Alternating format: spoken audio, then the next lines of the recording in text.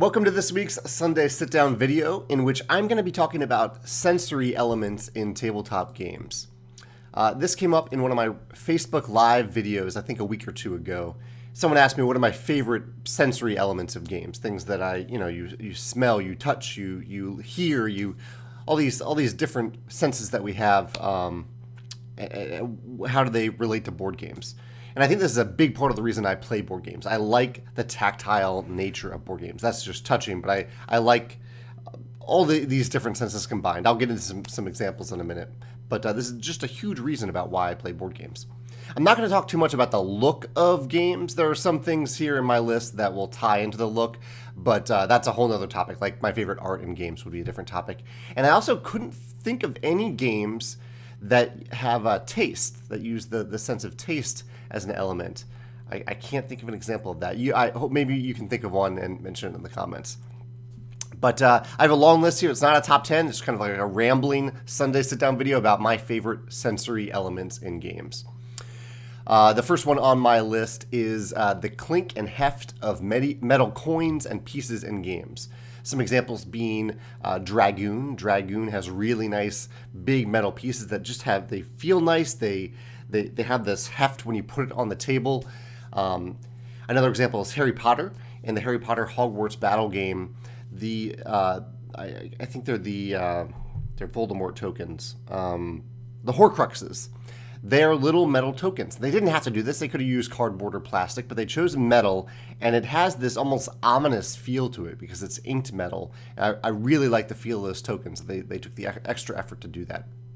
And then in Euphoria, in the original version of Euphoria, or the Kickstarter version, we have these nice gold metal tokens that are very heavy. They have a clink to them.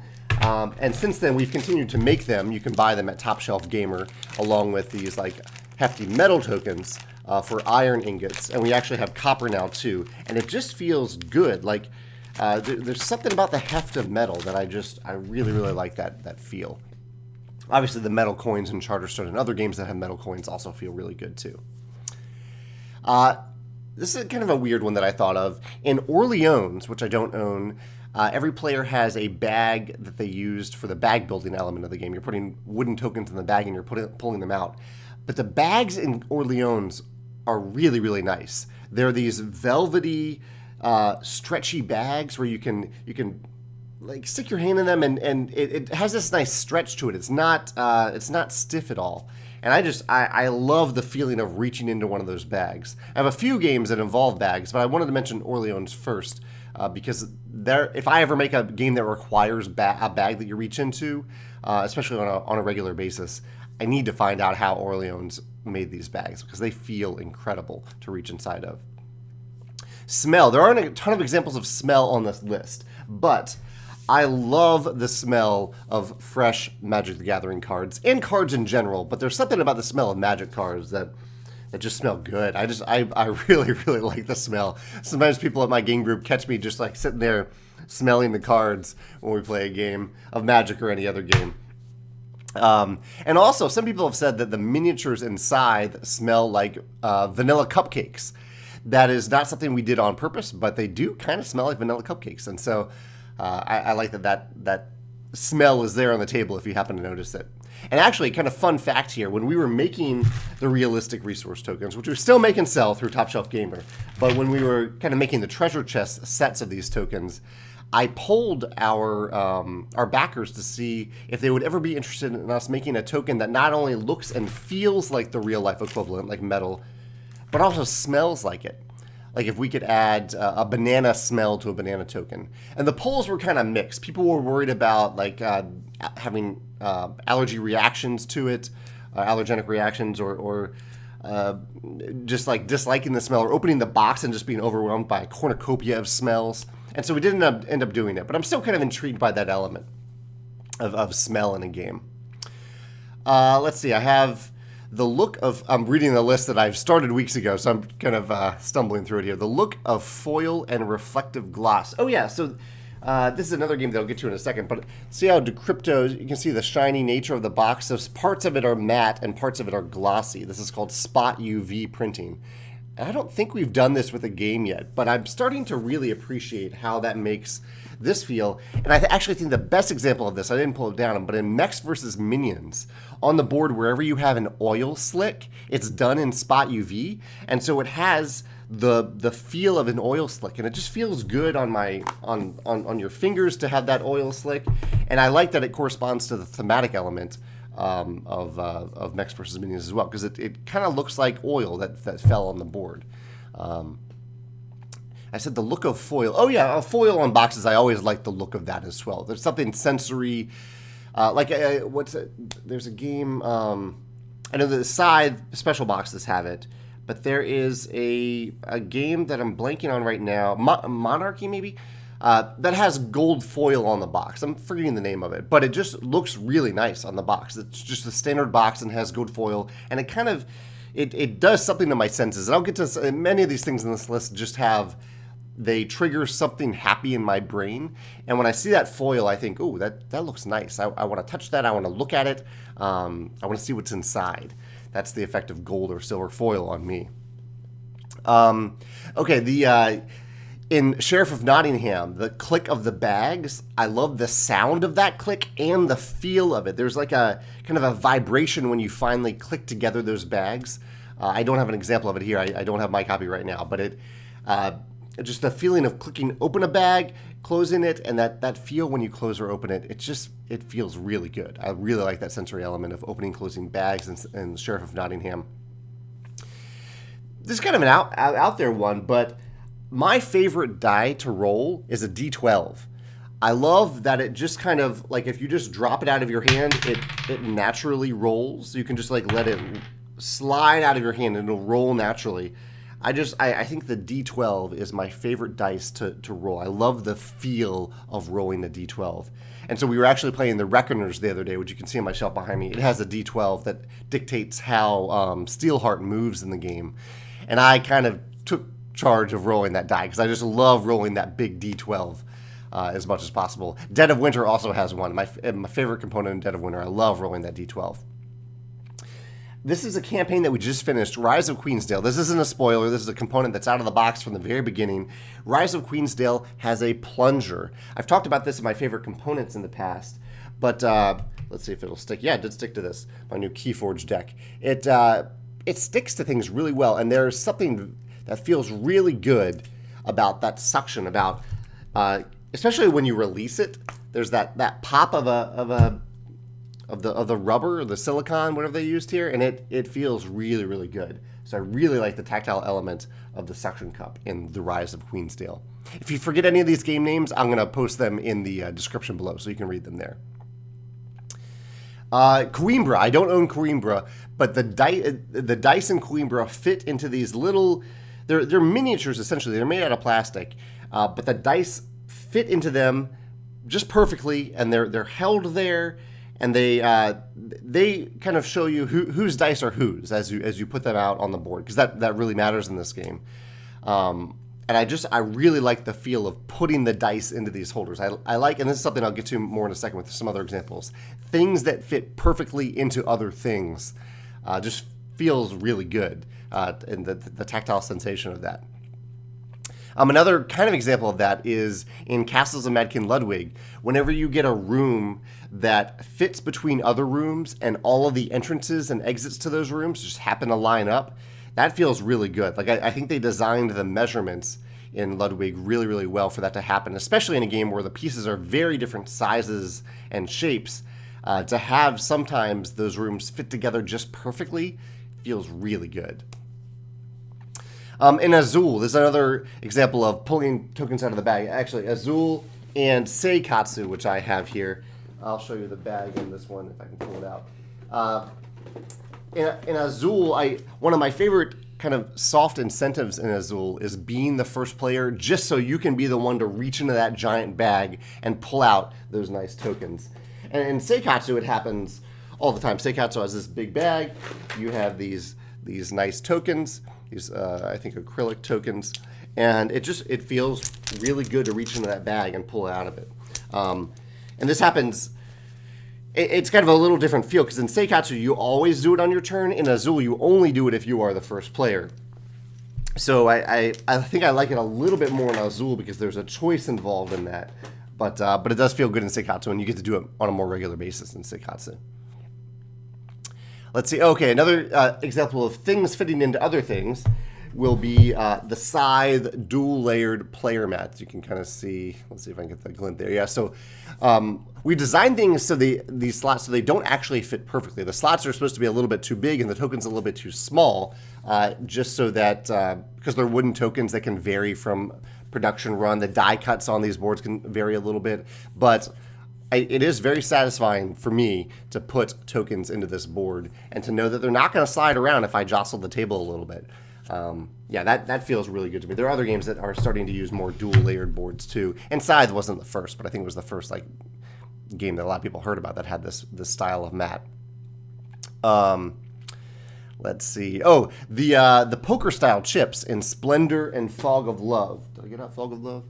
No, I didn't. It's still on my shelf. But those nice hefty poker chips, they hit multiple sensory sensations because they feel good in your hand. They have that heft, but also they have that clink of the tokens hitting together as you stack them up. And that just sounds good. It's the combination of sound and feel that I really, really like with those tokens in Fog of Love and Splendor. Magnets. I love the feel of a magnet releasing, like in the Charterstone box, and then you can hear that nice click. So that feels good. And this was like one of my favorite components inside. This is the index box, not inside, in Charterstone. And originally we went way over budget for this game. It has metal coins and it has all these nice tokens, has all this stuff to unlock. But I really wanted to get this magnet box, and Panda helped me make it happen. Panda, they were very good to us to make this box happen. But man, that feels good. I love that magnetic box. There are a lot of games now that come in a box that is simply magnetic, and that's great. But I really like the index here because the feeling that you're trying to get is that you're opening something special. And so I wanted to have that feel that you've released something cool into the world and then that you've closed it. Something related to this, something we actually almost did if we could have afforded it, was to have a sound, like a trumpet sound, like a doo-doo, when you open this box. So you have that extra feeling, that extra burst of endorphins to add that sound element. And that idea obviously was given to us by Exploding Kittens, which I really like that sound element in Exploding Kittens of when you open the box and you get the cat's meow. My cats actually react to that meowing sound whenever they hear that box open. And that's Exploding Kittens. Let's see. The clear cards and sleeves in Custom Heroes and Mystic Vale. There's something that feels really good about putting cards into sleeves mid-game. So it's not like a task that you're doing to sleeve cards, but it's when you're doing it in the middle of the game, it feels like you're accomplishing something, especially if the sleeve has something printed on it. And so Custom Heroes and Mystic Vale has this. Decrypto, which I have, has something similar in that you are sliding these coded cards into these slots. And so as you slide them in, you're revealing information on the card. And that's really cool. I really, really like that. I really like that element of kind of having that filmy aspect to it, and the sensation of sliding something in there and revealing something new feels really good. That actually reminded me, this isn't even on my list, but just the act of punching punch boards. I've seen plenty of photos online of people who just kind of revel in that feeling of punching a punch board. It does feel good. I've done it so many times now that it's become a bit mundane, but it's still punching something out of something else actually does feel good. And I don't know if I can think of a game that has that inside the game, like while you're playing, you're actually punching or unpunching. But if you have an example, feel free to mention it in the comments. The dice cup in Roll for the Galaxy, that feeling of that it's sound and feel, because you have this plastic cup and you have a bunch of dice in it, and you're shaking up that cup and then flipping it down on the table and picking up the cup. The whole thing, the plastic cup, the way that the dice kind of vibrate inside of it, and the sound, like it's a loud sound. Some people are bothered by that sound, and sometimes I probably am too, but there's something satisfying to it. You know there's a lot of stuff in there when you shake that dice cup in Roll for the Galaxy. I like that a lot. Let's see. I did Exploding Kittens. The rubbery feel in Coconuts and Everdell. Okay, so both Coconuts and I think the deluxe version of Everdell have these rubbery tokens. I think they're berries in Everdell, and they are coconuts in, obviously, Coconuts. And I love the feel of these tokens. Actually, Coconuts I should mention too, because they have these wonderful catapults that have a nice spring to them. That spring feels really nice in here. Actually, my tokens look like they're all the way at the bottom, but they're little rubbery coconut tokens that just have a really nice feel to them. It makes me want to include, if I ever do another game that has like a fruit in it, I'd love to explore having these rubbery tokens in them, whether it's rubber or silicon, because that feels really good. Okay, this actually is one visual example. The panoramas in Time Stories, Kanagawa, which I have here, and Jamaica, and many other games. But when you slide a bunch of different cards or tiles together and they form a beautiful panorama that you are building as you play, that the sensory element is when the moment where they slide together and they fit together, the art fits together. That does something to my brain that just makes me happy. I love seeing things visually fit together just perfectly. That's very hard to do. It's very tough to cut components so that perfect fit happens. But it is possible, and I love that Time Stories, Jamaica, and Kanagawa pull it off. I didn't have it. I should have pulled it off the shelf. But the rulebook in Castles of Mad King Ludwig, or no, between two Castles of Mad King Ludwig, the rulebook that we printed, we found not a new material, but a material that I haven't seen used in rulebooks before, that has just this really nice texture to it. It feels luxurious when you turn the pages of the rulebook in between two Castles of Mad King Ludwig. And I got the idea from Monopoly Gamer. I heard some people talking about how good the rulebook felt. It was something about the texture in the rulebook. And I still haven't played Monopoly Gamer. I haven't felt the rulebook. But I went to Panda and I said, can we find a component that has this luxurious feel? And they sent me a whole book of textures that I could have chosen from.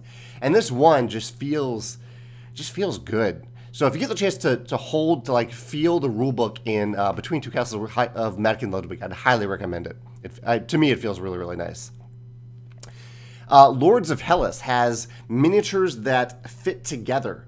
So you're like building these monuments, these big chunky monuments over the course of the game.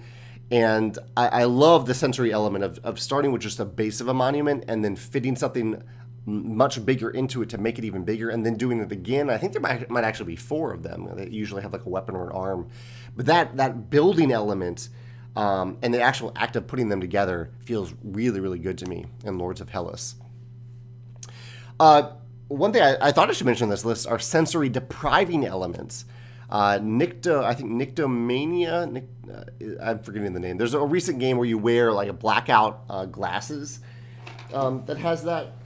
When I Dream has the infamous sleep mask that deprives the person of being able to see. I love this because they could have just said close your eyes for a minute, but instead they give you a sleep mask, which fits with the theme of When I Dream.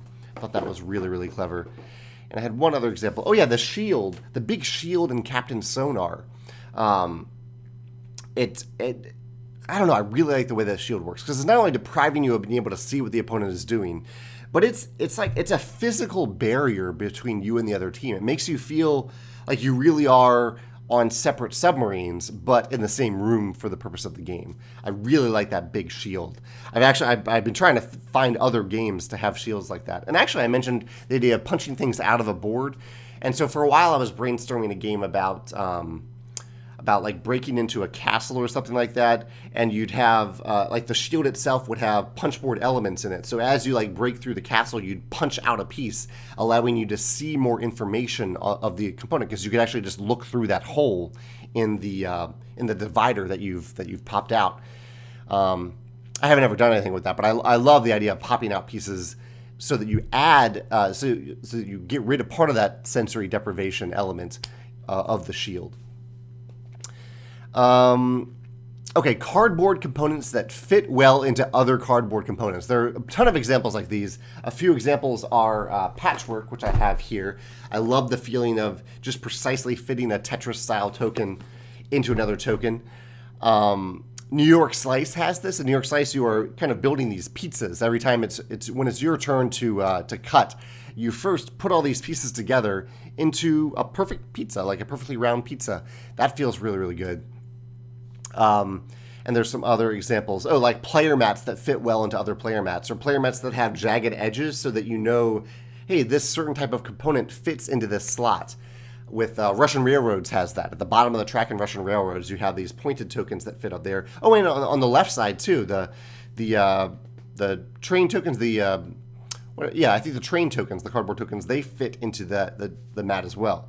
I think this is great for game designers to think about, and me in particular, because I've always thought of player mats as being rectangular or square. But the idea that you could use different shapes, like concavities, into the player mats to show players, hey, this thing fits here, is brilliant. I love that idea of doing that. And there are lots of games that do that. If you have any that you want to mention in the comments. And of course, it just feels good to slot something into something else.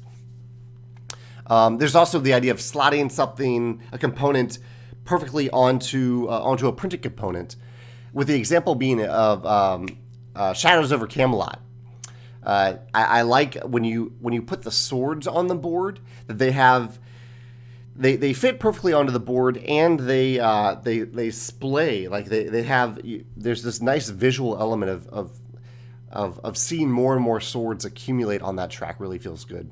That actually reminded me too, as I'm talking, of Sagrada. Sagrada, I love the initial act of sliding your mat into the big, like, triple layered mat, where it slides in so you can still see it, and then also in Sagrada, the act of putting the dice on there and filling up the slots. Filling up things just feels really, really good in games, as Uwe Rosenberg has explored in many different games, where he's filling up, he's using like Tetris-style tokens to fill up different spaces. I'm almost to the end here. I know there's a long list. In Gizmos, I mentioned this recently in my Gizmos video, I love reaching into a big bin of marbles and pulling out a few of them. It feels good, that tactile sensation of pulling out these marbles. The marbles are round, so there's they can move between your fingers really easily as you're jostling through that bin. Really, really like that in Gizmos. Suspend. Suspend is a game where you are hanging metal. They're kind of wires. They're thick wires on other wires. There's the sound of metal. Again, whenever metal touches another piece of metal, that feels good. And there's just the weight of these tokens and how they impact the balance of the overall structure in Suspend really feels good. That actually reminded me of another one in what is it? Forbidden Sky.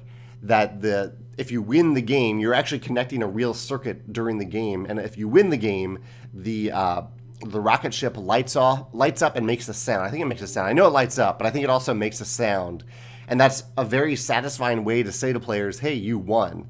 I really like that. That's one of the rare elements of sound in a game. I'm almost there. Okay, last one.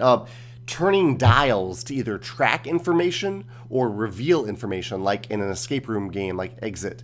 Lots of Fantasy Flight games use these dials to track information, and for some reason it really does feel good to move that dial, especially if it's pretty tightly bound to the backing. There's just something satisfying about moving that dial. I often forget that component even exists, that I could use that to track information. I think in the recent game Tidal Blades has those dials, and they just feel good. There's something tactilely nice about just moving that dial, not spinning it, but just moving it incrementally to reveal some information or to track your status. King of Tokyo has it. King of Tokyo is probably the game that uses this, the most popular game that uses this element.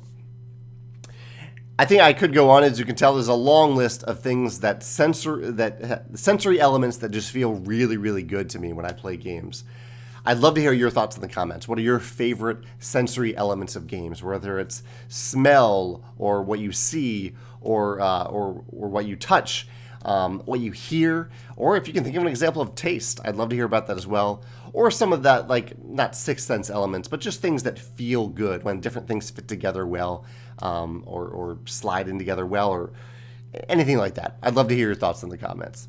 Have a great Sunday, and I will see you on Tuesday I think I'll probably discuss Villainous. I just played Villainous yesterday, really enjoyed it, so I'll probably talk about that on Tuesday.